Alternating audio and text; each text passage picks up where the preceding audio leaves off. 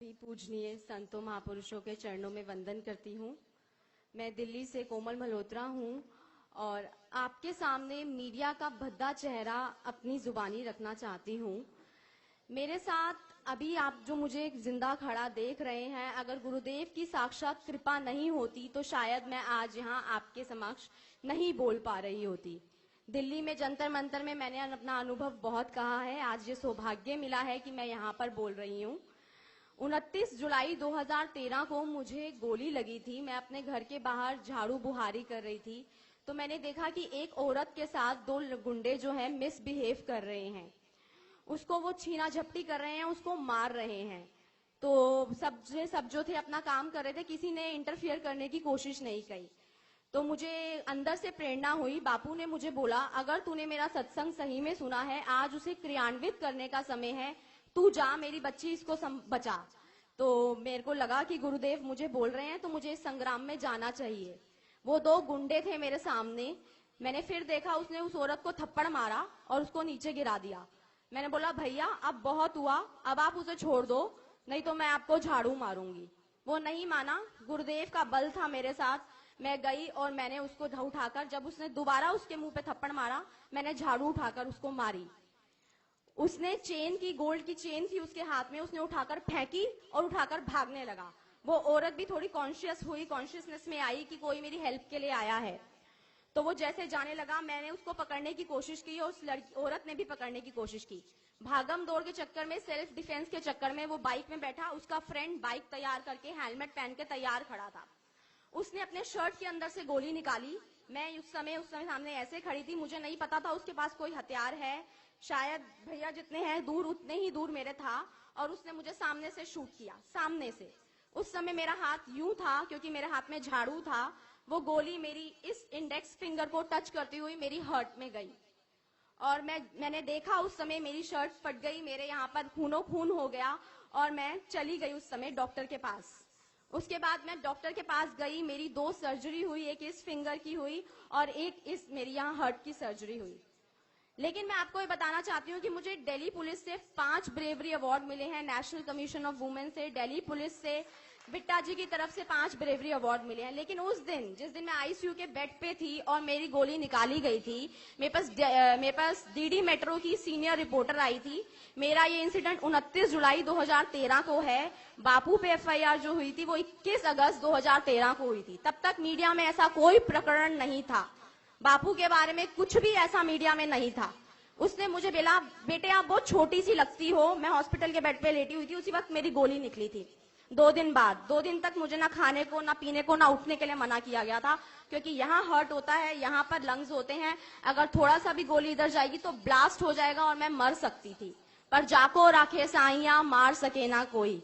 हम जो आशा रामायण में पढ़ते हैं, सचमुच गुरु है दीनदयाल, सूक्ष्म शरीर गुरु आते हैं, तो सचमुच गुरु आए।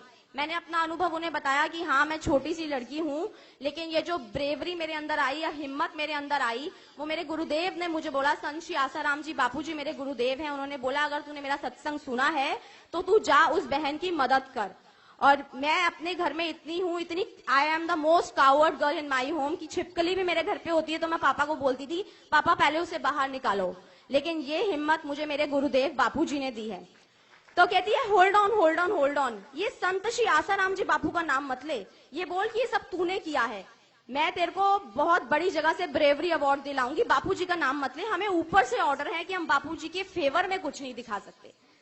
मुझे इतना धक्का लगा कि बापूजी जिन्होंने मेरे को ऐसी प्रेरणा दी है, आप उसके बारे में ऐसे क्यों बोल रहे हो? ये तो मेरी सच्चाई है। क्या मीडिया का ड्यूटी यही है कि वो सच्चाई को क्रॉप करके दिखाए या सच्चाई का एक जो दूसरा विजन है वो दिखाए?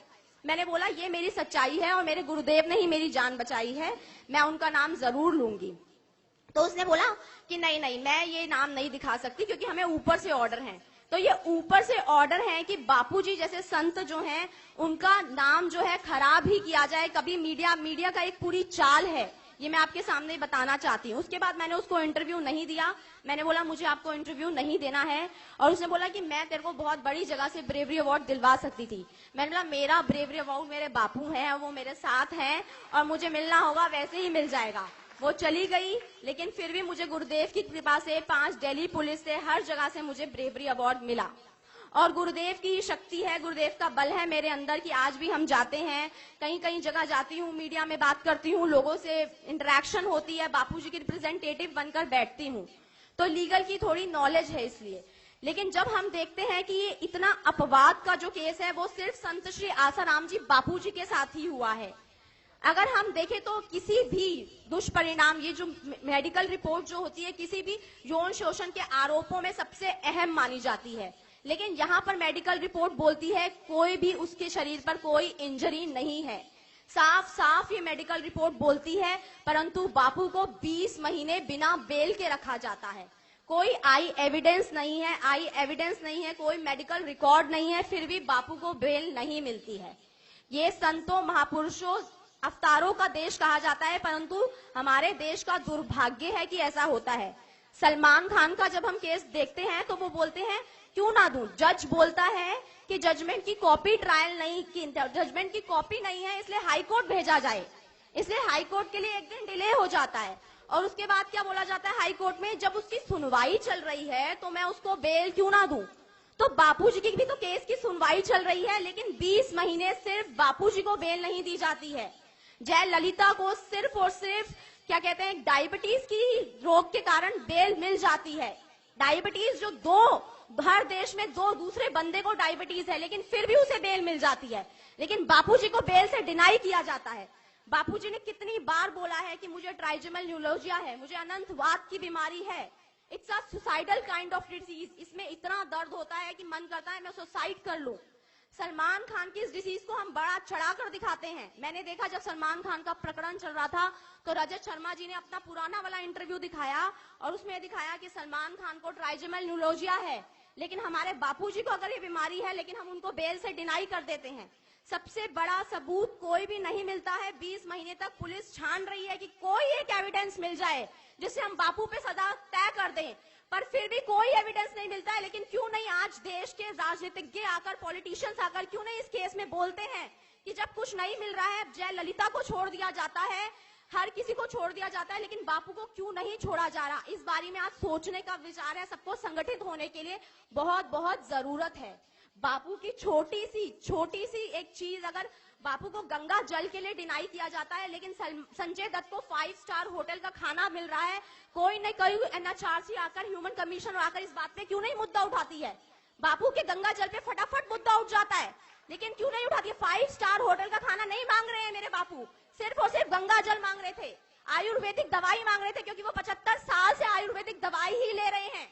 तो वो क्यों आज अपना लाइन ऑफ ट्रीटमेंट चेंज कर दे जस्ट बिकॉज उनके ऊपर एलिगेशंस लगे हैं, एलिगेशंस प्रूफ नहीं हुए हैं। इतनी बायसनेस सिर्फ संतों महापुरुषों के साथ ही क्यों।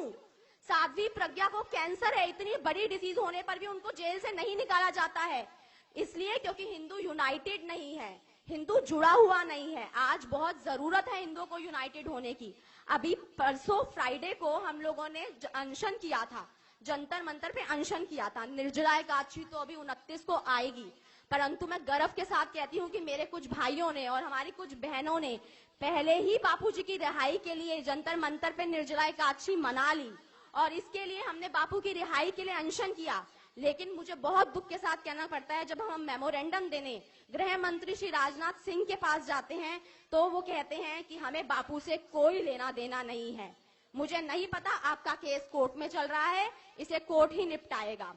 इसी के विरोध में हम 31 तारीख को बाइक रैली निकाल रहे हैं, जिसमें हम पूरी दिल्ली को कवर करते हुए इसको दिखाएंगे कि बापू के साथ, इस संतों के साथ, देश में संतों महापुरुषों की धरती में संतों के साथ कितना न्याय हो रहा है। इसलिए मैं चाहती हूँ, मैं यहाँ से आह्वान करती हूँ कि सभी भाई बंधु आके, बहनें भी आकर, आजकल तो बहनें भी स्कूटी चलाती हैं, भाई भी आकर इस बड़ी से बड़ी रैली में जल्दी से जल्दी सम्मिलित हुए और इस अन्याय का विरोध करें। हम लोग यहाँ पर आए हैं इस अन्याय का विरोध करने के लिए। मैं जोधपुर के लोगों से प्रार्थना करूंगी कि आए और इस अन्याय का विरोध करें, क्योंकि सरकार तो आंखें बंद कर कर बैठी है। अब हमें ही एकजुट होकर, हमारे बापू ने, ये तो मेरा अनुभव है, लेकिन मैं बोलूं जिसने भी दीक्षा ली है कहीं ना कहीं उसका भी अनुभव जरूर होगा कि उसके कहीं ना कहीं कितने काम और कितनी ऐसी परिस्थितियों में बापू ने साथ दिया है। इसलिए हमें आना है और हमें जरूर आना है। यही मैं अपनी वाणी को विराम दूंगी, लेकिन आप सबके समर्थन का चाहती हूं मैं, दिए जाए। हरिओम।